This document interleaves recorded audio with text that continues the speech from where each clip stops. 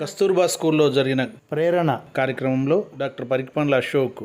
ప్రముఖ సైకాలజిస్ట్ మాట్లాడుతూ విద్యార్థులు చదువు అనే నిచ్చెనతో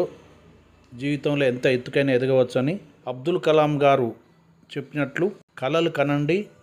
కలలను సాకారం చేసుకోవడం కోసం నిద్రలేని రాత్రులు కూడా గడపడానికి సిద్ధంగా ఉండాలని విద్యార్థులను ఉత్తేజపరిచారు. ఈ సందర్భంగా DBPAR, D stands for dream, B stands for belief, P stands for planning, A stands for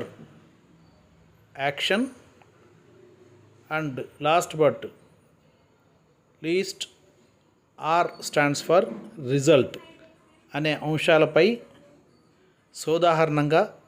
వివరిస్తూ ప్రతి మనిషి జీవితంలో ఉన్నత లక్ష్యాన్ని చేరుకోవడం కోసం తను కలలు కనాలని, ప్రతి మనిషి జీవితంలో ఏదైనా ఉన్నత స్థాయికి పోవడం కోసం ఒక కలెక్టర్ కావాలనో, ఒక ఆఫీసర్ కావాలనో, ఒక SP కావాలనో కలలు కనాలని, ఆ కలలలో తను చేరుకున్నట్లుగా, అంటే